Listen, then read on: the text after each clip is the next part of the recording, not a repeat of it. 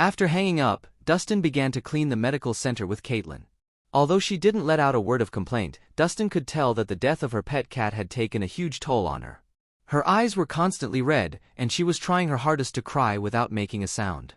This young woman had had such a tough life that she lived so pitifully and carefully that she didn't even dare to cry. She was such a good kid that it tugged at Dustin's heartstrings. The two of them worked together for a long time before the medical center was finally clean. After a few moments, a silver Bentley pulled up at the entrance. The door opened, and Natasha got out of the car, dressed in a red dress. "Ms. Harmon?" When Caitlin spotted Natasha, she immediately greeted her. "Come on, Caitlin, I've told you many times that you don't need to be so formal with me. You can just treat me as your sister." Natasha smiled, patting Caitlin's head. "Okay?" Caitlin nodded obediently, but it would take some time for her to act casually with Natasha. "Ms. Harmon, what can I do for you?" Dustin walked over to Natasha from inside the medical center. "Can I come to see you without a reason?" Natasha raised her eyebrows. "Of course not. You can come whenever you like, and I'll always welcome you." Dustin smiled. "That's more like it." Natasha smiled gently. "Come on, let's have lunch together today. I'll introduce you to a big shot." "A big shot? Who is it?"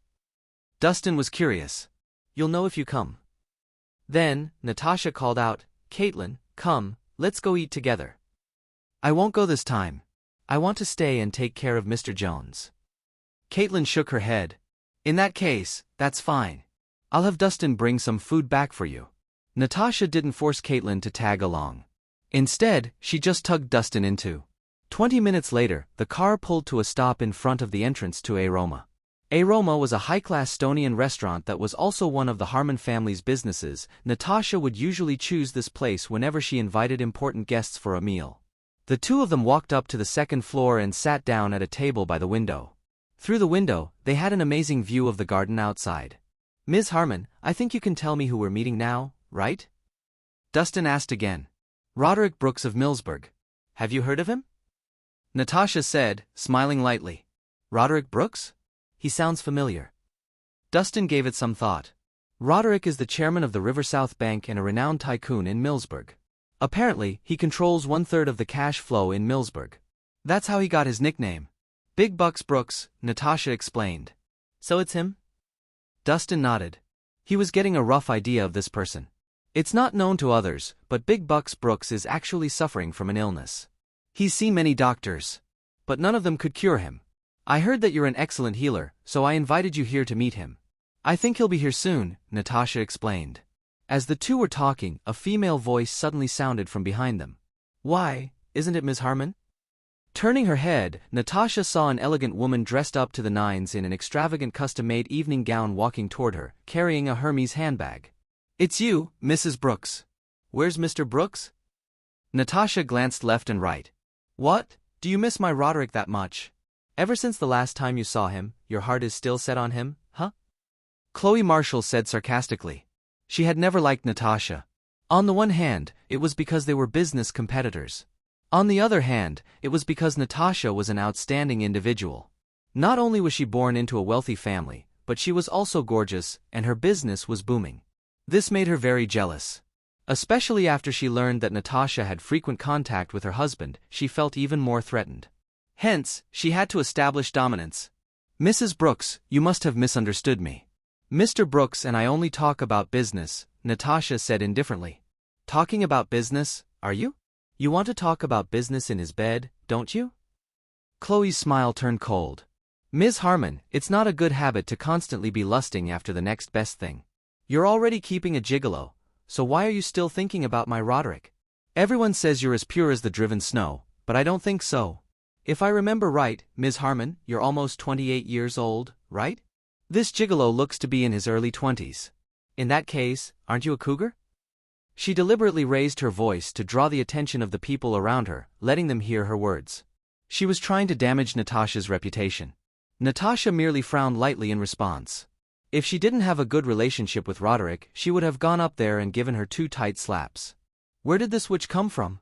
Are you sick in the head? At that moment, Dustin couldn't stop himself from speaking up. If you are, then walk out the door, turn left, and go to the hospital to get your head checked.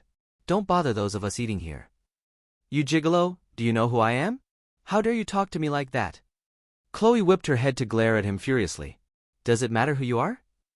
Dustin scanned her up and down. You're dressed like a person, yet you bark like a dog. Whenever you open your mouth, shit comes out. Your mouth stinks. You should go and brush your teeth, not make us gag here. How dare you insult me? Chloe widened her eyes, shocked and enraged.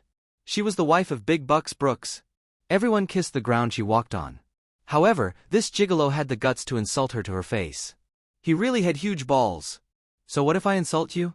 If you keep humiliating Natasha, I'll slap you. You'd better believe it. At that moment, Dustin had a domineering expression. Meanwhile, Natasha looked at the scene with a tender gaze, cupping her cheek with one hand. There was a blissful smile on her face.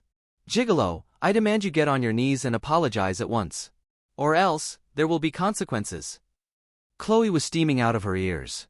Get on my knees and apologize? Are you worthy? Dustin snickered.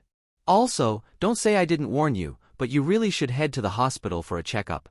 You're really sick. You're the sick one. Your entire family is sick. Chloe gritted her teeth. Don't believe me? Then let me ask you this: have you been experiencing headaches, fever, weakness in the limbs, occasional nausea, and difficulty breathing these days?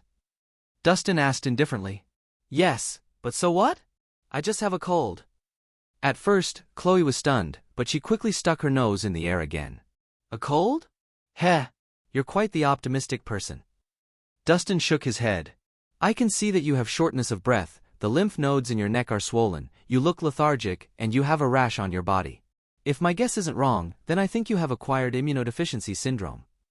The what syndrome? Chloe was dumbfounded. Acquired immunodeficiency syndrome, or AIDS for short.